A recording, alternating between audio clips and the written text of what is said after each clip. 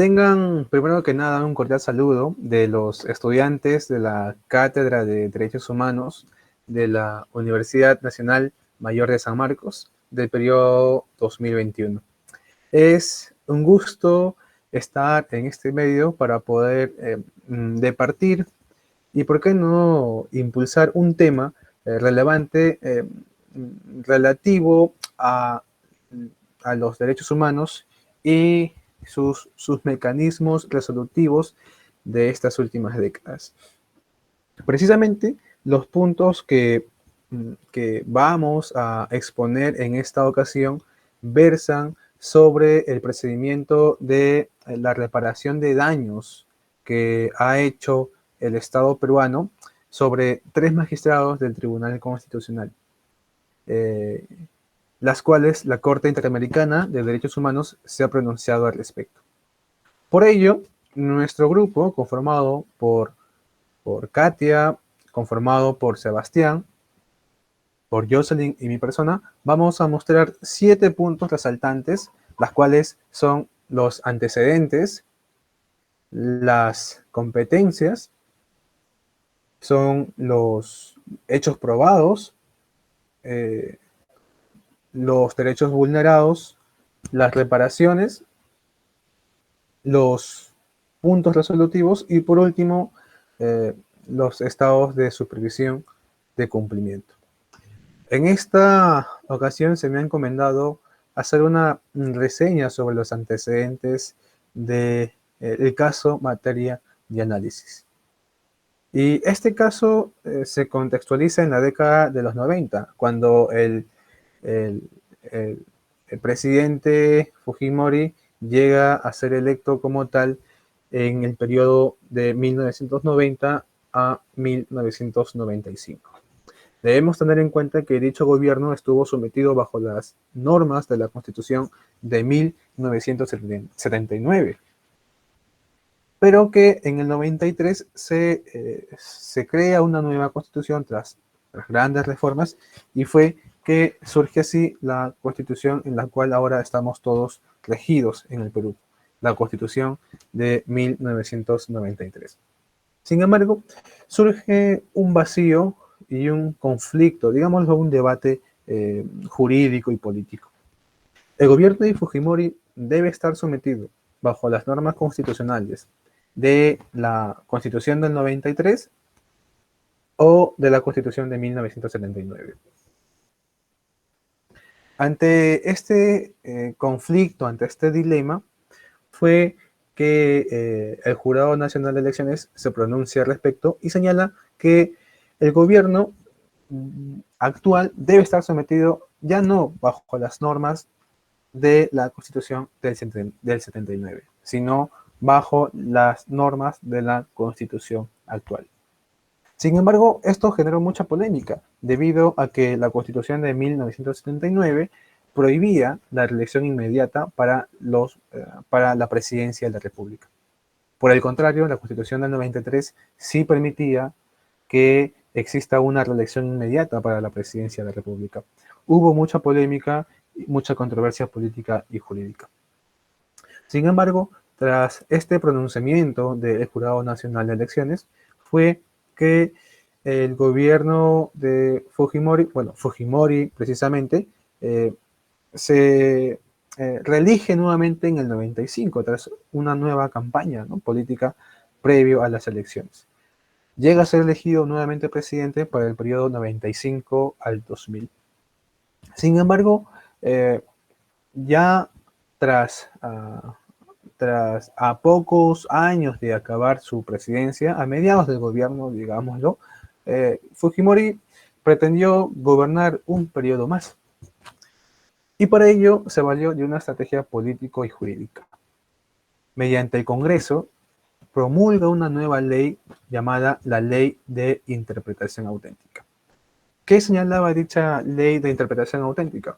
Señalaba que, como el gobierno de Fujimori del periodo 95 al 2000 fue el primer gobierno por las cuales estuvo sometida a la Constitución del 93, entonces es que el primer gobierno es el periodo del periodo 95 al 2000, por lo que eh, sí podría darse la posibilidad de una reelección inmediata para el gobierno del 2000 al 2005.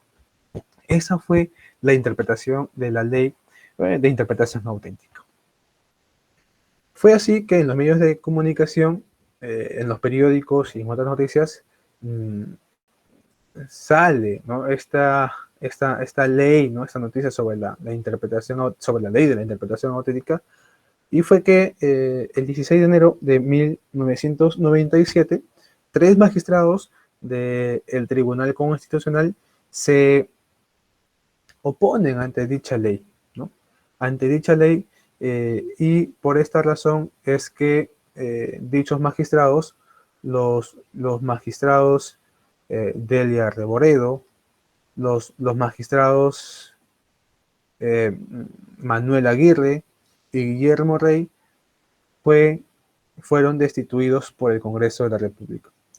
Fue así que ante esta vulneración de derechos se hace una consulta a la Corte Interamericana de Derechos Humanos para poder analizar si es que esta Corte, si es que esta comisión son competentes para poder analizar dicha vulneración a estos derechos. Por lo que a continuación se van a analizar las competencias respecto al caso.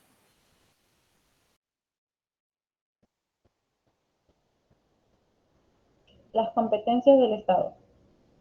Para delimitar qué vienen a ser las competencias del Estado, son usos o recursos que puede utilizar el Estado para declarar la incompetencia de la Corte Interamericana de Derechos Humanos.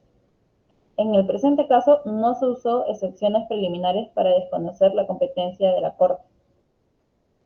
El 2 de julio de 1929 se discute en la misma Corte respecto al presente caso y se notifica al Estado peruano. El 16 de julio de 1929 se dio la contestación por parte del embajador peruano en representación del Estado, donde declara la competencia del Estado peruano. Aún así, la Corte, el 24 de septiembre de 1929, decide ratificar su competencia y esta misma saca su propia posición, donde argumenta dos puntos por los cuales el Estado peruano no puede desconocer su competencia. El primero de estos es que las disposiciones contenidas en el propio tratado, que vienen a ser que así como el Estado peruano firmó el tratado con la Corte Interamericana, este no puede renunciar ni desconocer a la Corte Interamericana respecto a los presentes casos después de haber sido firmado el tratado. Después, la denuncia del tratado. Para que el Estado peruano pueda alejarse y desconocer la competencia de la Corte Interamericana de Derechos Humanos, tiene que denunciar a todo el tratado para que así este se pueda desligar. Por lo tanto, se declara la competencia de la Corte Interamericana de Derechos Humanos el 28 de julio de 1968, que viene a ser que la competencia de la Corte Interamericana de Derechos Humanos, a partir de la fecha firmada, tiene competencia respecto a todos los casos en los cuales el Estado entre en conflicto y se vulnere algún derecho. Hechos probados. Como se puede ver, constaba de 7 magistrados. Ricardo Náguez, el presidente. Francisco Javier Acosta Sánchez, José García Marcelo, Luis Guillermo Díaz Valverde y los 3 imputados, Manuel Aguirre Roca, Guillermo Rey Terry y Delia Rebodero Marzano, los cuales fueron destituidos de sus puestos como magistrados el 28 de julio de 1997 por una acusación constitucional. Ellos presentaron una acción de amparo. El 25 de julio de 1997, el doctor Manuel Aguirre Roca y el doctor Guillermo Rey Terry, junto con la doctora Delia Rebodera Marzano, presentaron el 1 de agosto de 1997, los cuales se declararon infundados en segunda instancia por la Sala Corporativa del Transitorio. Y luego volvieron a apelar ante el Tribunal Constitucional, los días 10 y 16 de julio de 1998, los cuales también se declaró infundado. Cabe recalcar que la doctora Delia Rebodero Marzano no solamente presentó la acción de amparo, sino también alegó que había sufrido actos de persecución por parte de las autoridades del Estado peruano, pues había alegado que durante todo el proceso de separación ella había sido víctima de estos actos de persecución. La doctora Marta Gladys Chávez, congresista, se pronunció en el Congreso respecto a que no correspondía al Tribunal Constitucional aplicar el control difuso respecto a la ley de interpretación auténtica, la cual se encontraba vigente en el artículo 102 de la Constitución. Asimismo, el 17 de noviembre del 2000, el Congreso anula las resoluciones de destitución y se fija en reinstalar a estos magistrados. Pero estos ya no solamente quieren la reinstalación, sino quieren que se les pague unas remuneraciones por el tiempo perdido que debieron estar trabajando. Se pide costos y costas de todo el proceso y aparte una reparación por los daños y perjuicios causados.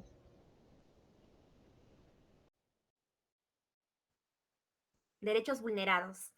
En este caso, se ha vulnerado el derecho a las garantías judiciales establecida en el artículo 8 de la Convención Americana, que establece que las víctimas deben contar con amplias posibilidades de ser oídas y actuar en los procesos respectivos. En el presente caso, sucedieron vicios que apuntaban a que no se les permitió a los magistrados contar con un proceso que reuniera pues esas garantías mínimas del debido proceso, que claramente están establecidas en la Convención. Con ello, se limitó el derecho de las víctimas a ser oídas por el órgano que emitió la decisión y además se restringió su derecho a participar en el proceso. También, pues, se produjo la consiguiente restricción del derecho de defensa de los magistrados para presentar sus descargos correspondientes a las imputaciones que se presentaban en su contra. Por otra parte, los inculpados no tuvieron conocimiento oportuno y completo de los cargos que se les estaban haciendo. Además, pues, se le limitó ese acceso al acervo probatorio. Ese plazo que se le había otorgado para ejercer su defensa fue extremadamente corto, considerando pues la necesidad de ese examen de la causa y la revisión del acervo probatorio a que tiene el derecho cualquier imputado. Por otra parte, los magistrados que fueron inculpados no se les permitió contrainterrogar a los testigos, en cuyos testimonios se habían basado los congresistas, para iniciar pues ese procedimiento de acusación constitucional y concluir con la consecuente destitución. Por lo que la Corte alude a que es evidente pues que ese pronunciamiento de juicio político no aseguró a esos magistrados ese derecho a esas garantías del debido proceso legal y por lo tanto no se cumplió con ese requisito de imparcialidad que debe tener todo juzgador. Además, la Corte observa que en dichas circunstancias del caso concreto, el Poder Legislativo no reunió esas condiciones necesarias de independencia e imparcialidad para realizar ese juicio político contra los tres magistrados del Tribunal Constitucional. También se ha vulnerado otro derecho acerca de la protección judicial que se establece en el artículo 25 de la Convención Americana, que dispone que toda persona tiene derecho a ese recurso que sea sencillo y que sea rápido, o cualquier otro recurso, pero que sea efectivo ante los jueces o ante tribunales competentes, que los ampare contra ciertos actos que violen sus derechos fundamentales. De la misma manera, los Estados partes se comprometen a garantizar que la autoridad competente prevista por este sistema legal del Estado decidirá sobre los derechos de toda persona que interponga tal recurso. Además, debe desarrollar esas posibilidades de recurso judicial, garantizando el cumplimiento de esas autoridades competentes y que de toda decisión en que se haya estimado pues el procedente recurso. A lo que la comisión alegó que los tres magistrados del Tribunal Constitucional no tuvieron acceso a ese recurso sencillo y rápido que los amparara pues claramente frente a esa resolución que el Congreso de la República había ordenado su destitución. Hay que hacer mención también acerca de que la tramitación de los recursos de amparo que ellos habían planteado se extendió por meses, sin respetar lo establecido por la legislación peruana relativo pues a los plazos, lo cual los colocó en una situación de indefensión. Por lo que la Corte estimó que ese fracaso que hubo en cuanto a los recursos que habían interpuesto los magistrados contra esa decisión del Congreso se debe a que dicha decisión de los amparos, en el caso en análisis, no reunieron esas exigencias de imparcialidad por parte del tribunal, por lo que se considera que el Estado violó ese derecho a la protección judicial, en perjuicio de los señores Manuel Aguirre Roca, Guillermo Rey Terry y Delia Reboredo Marzán, consagrado claramente en el artículo 25 de la Convención Americana. De la misma manera, se vulneró otro derecho, que está relacionado al incumplimiento del artículo 1.1 referido a la obligación de respetar los derechos. En el artículo 1.1 de la Convención se dispone que los estados partes de esta convención se comprometen a respetar los derechos y libertades que sean reconocidas en ella y, sobre todo, garantizar su libre y pleno ejercicio a toda persona que está sujeta a su jurisdicción. Por lo que la Corte ha establecido, con fundamento en ese artículo 1.1, que el Estado está obligado a respetar los derechos y libertades que sean reconocidas en ella y, sobre todo, organizar ese poder público para garantizar a las personas bajo su jurisdicción el libre y pleno ejercicio de los derechos humanos. Asimismo, aclarar que la acción u omisión de cualquier autoridad pública, independientemente de la jerarquía que tenga, constituye un hecho imputable al Estado, que compromete su responsabilidad en los términos previstos por la misma Convención Americana. Por lo que la Corte observa que, de acuerdo a esta presente sentencia, el Estado violó los artículos 8 y 25 de la Convención Americana, en perjuicio de los señores antes mencionados, y por lo tanto se puede concluir que el Estado no ha cumplido con su deber general de respetar los derechos y libertades que están reconocidas en dicha disposición y, sobre todo, de garantizar su libre y pleno ejercicio, como lo dispone el artículo 1.1 de la Convención. En cuanto a las reparaciones, sabiendo que estas son un deber del Estado y un derecho a las víctimas que están afectadas en contra de todas esas actuaciones, por lo que la Corte Interamericana de Derechos Humanos, en cuanto a las reparaciones, decide que el Estado debe pagar esos montos que son correspondientes a los salarios caídos y conforme también, claro está, a la legislación correspondiente, y se le debe dar a los señores Manuel Aguirre Roca, Guillermo Rey Terry y Delia Reboredo Marzán. El Estado debe pagar a las víctimas por ese concepto de costas y gastos. Al señor Manuel Aguirre Roca se le debe pagar $25,000.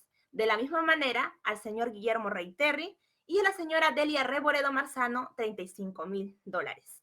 En cuanto a otras reparaciones, el Estado debe ordenar una investigación para determinar a las personas que son responsables de las violaciones de los derechos humanos.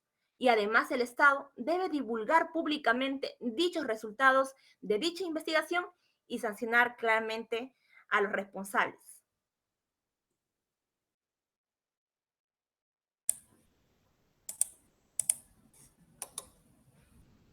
Con respecto a los puntos resolutivos, la Corte, por unanimidad, declara que, en perjuicio de los magistrados Manuel Aguirre Roca, Guillermo Reyterri y Delia Rebodero Marzano, el Estado peruano efectivamente violó los derechos estipulados en el artículo 1 con respecto a la obligación de respetar todos los derechos en general, el artículo 8 con respecto a los garantías judiciales y el artículo 25 con respecto a la protección judicial efectiva de la Convención de los Derechos Humanos.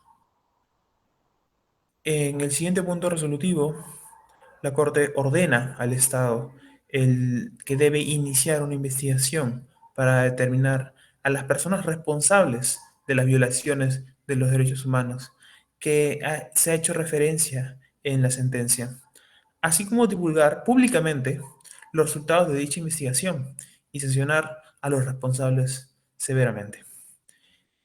En el último punto resolutivo, la Corte determina que el Estado debe pagar los montos correspondientes a los salarios caídos y demás prestaciones que, en conformidad con la legislación correspondiente a los señores Manuel Aguirre Roca, Guillermo Rey Terry y Delia Robodero, se ha perdido, así como también ordena pagar los conceptos de costos y gastos en las siguientes cantidades. Para el señor Aguirre Roca, $25.000. Para el señor Guillermo Rey Terry, $25.000. Y para la señora Delia Rebodero, $35.000. O su equivalente en la moneda peruana en el momento de efectuar el pago. Por último, el Estado indica que supervisará el cumplimiento de esta sentencia y solo dará por concluido el caso cuando se vea totalmente concluida. Eso nos lleva a el estado de supervisión del cumplimiento. Eh, con fecha del 5 de agosto del 2008, en ella, la Corte Interamericana manda una resolución donde declara que el Estado peruano ha incumplido con su obligación de informar a la Corte sobre las medidas adoptadas para dar cumplimiento a lo dispuesto en la sentencia de fondo, las reparaciones y las reparaciones, todo emitido en la sentencia del 2001. También indica que mantendrá abierto el procedimiento de reparaciones de sentencia de aquellos puntos que se antes han mencionado y que aún tiene por cumplir, puesto que hasta la fecha de ese momento no se había pagado los costos y gastos de los afectados.